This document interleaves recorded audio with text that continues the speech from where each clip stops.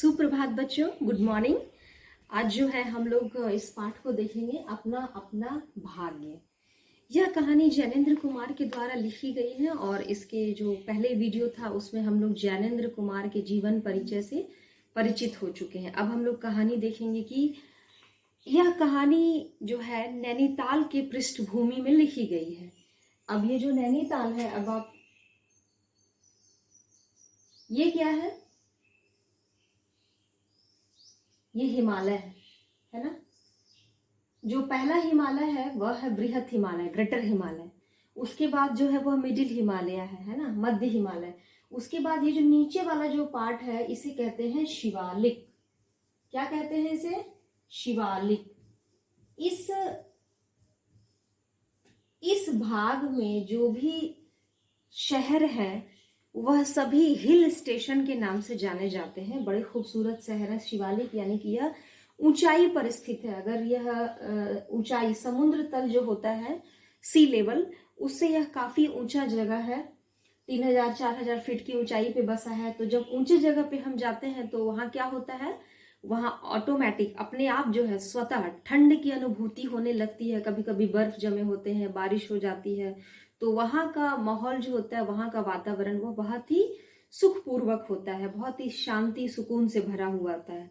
जो मैदानी भाग के जो लोग होते हैं वे अक्सर ऐसे पहाड़ी स्थल पे या पर्वतीय स्थल पे आप कह सकते हैं, और इंग्लिश में आप जिसे हिल स्टेशन कहते हैं, ऐसे जगहों पे जाना बहुत पसंद करते हैं, खास करके तब जब यहाँ पे गर्मी पड़ रही हो। कुछ लोग जो होते हैं वे एडवेंचरस टाइप के होते हैं, तो उन्हें जो होता है, उन्हें रोमांच पसंद होता है, तो वे जाड़े के दिनों में भी यानी कि शीत ऋतु में भी ऐसे ऊंचाई वाले जगहों पे जाना पसंद करते हैं।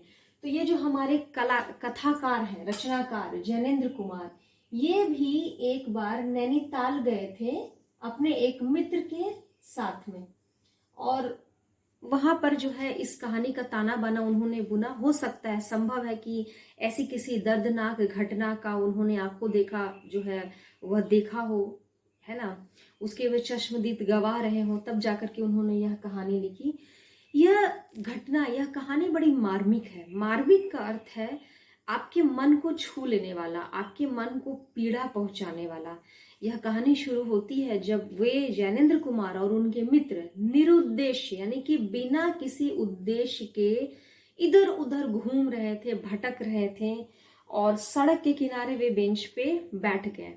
अब नैनीताल की खूबसूरती का यहाँ पे इन पंक्तियों में वर्णन है कि नैनीताल की संध्या धीरे धीरे उतर रही थी, यानी कि धीरे धीरे शाम ढल रही थी। रुई के रेशे से, भाप से बादल हमारे सिरों को छू छू कर बेरोक इधर उधर घूम रहे थे। रुई के रेशे से जो है बादल वह घूम रहे, यानी कि हल्के और बिल्कुल पतले। बारिश के बाद आपने अक्सर अक्सर तो नहीं लेकिन कभी कभी जरूर ऐसा देखा होगा, थोड़े यहाँ भी जमशेदपुर में जो है दलमा का जो पहाड़ की जो श्रृंखला है वह बालीगुमा की तरफ आती है, और आपने अवश्य इसको अनुभव किया होगा कि बारिश के बाद बादल कैसे तैरते हैं हवा में, तो वो बड़ी सुखद, उन्हें देखना बड़ा ही सुंदर होता है। हल्के प्रकाश और अंधियारी से रंग कर कभी वे नीले दिखते, कभी सफेद, और जरा अरुण पड़ जाते, जैसे हमारे साथ खेलना चाह रहे हो। यह जो है बादलों का रंग का वर्णन है, और एक बच्चे की तरह यहाँ पे मानवीयकरण हुआ है कि बादल को एक बच्चे की तरह देखा जा रहा है कि वह खेलना चाह रहा है। 5-10-15 मिनट हो गए, है ना, तो मित्र के उठने का, मित्र जो है वह बेंच पे बैठ गए हैं, तो वह उठने का कुछ इरादा नहीं है। तो वो झुंझला कर बोले, जैनेन्द्र कुमार चलिए भी, अरे जरा बैठो। और वे बैठने के लिए हाथ पकड़ के जैनेन्द्र कुमार को बैठा दिया। अब जैनेन्द्र कुमार इस बात को अच्छी तरह समझते थे कि इनका जो जरा होता है वह जरा नहीं होता, वो जरा होता है ना, मतलब कि काफी देर। तो सनक सनक यानी कि एक तरह का पागलपन, तो उनको लगा कि इस सनक से तो छुटकारा भी मिलना मुश्किल है। देखो वह गया है। अभी वो लोग बैठ के बातें ही कर रहे थे कि उन्हें लगा कि वह उधर से कुछ चला आ रहा है, तो बोले देखो वह क्या है।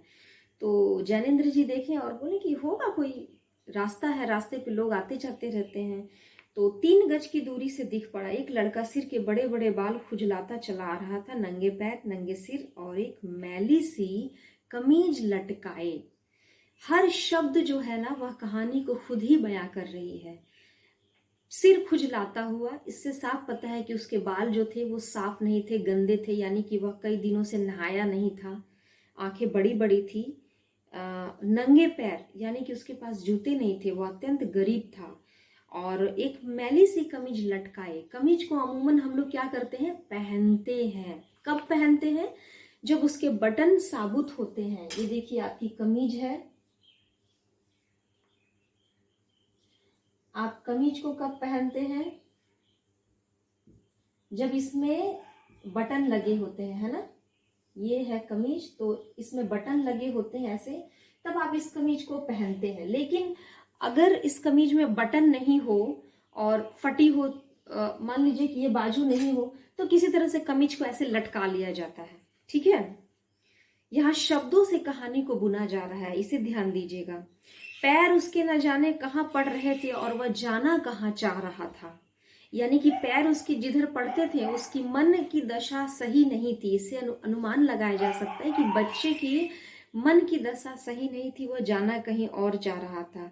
चुंगी की लालटेन के छोटे छोटे प्रकाश वृत्त में देखा। चुंगी यानी कि कर वसूलने के लिए जो छोटी छोटी चौकियां बनाई जाती है, वहां का हल्का प्रकाश था। जब वह बच्चा थोड़ा करीब आया तो इन लोगों ने देखा कि वह कोई 10-12 साल का लड़का है, गोरे रंग का है, लेकिन मैल से, यानी कि वो बहुत दिनों से नहाया नहीं है, काला पड़ गया है।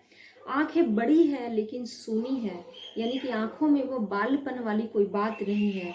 माथा जैसे अभी से झुर्रियां खा गया है। ये झुर्री यानी कि रिंकल्स, ये जो चेहरे में कब पड़ते हैं, 50 साल, 40 साल, 45 साल के बाद। लेकिन उस बच्चे, 10-12 साल के बच्चे के चेहरे पे अभी से झुर्रियां पड़ गई थी, यानी वह कितना ज्यादा चिंतित था, है ना। वह हमें न देख पाया, जैसे अभी कुछ और ही देख रहा था, है ना। वह अपने नीचे की धरती, ऊपर चारों ओर आसमान, वह अपने निकट से अपने वर्तमान और भविष्य को अपने निकट वर्तमान को देख रहा था। तो मित्र ने आवाज दी। अब इस संवाद को ध्यान से सुनिए। मित्र ने आवाज दी, ए।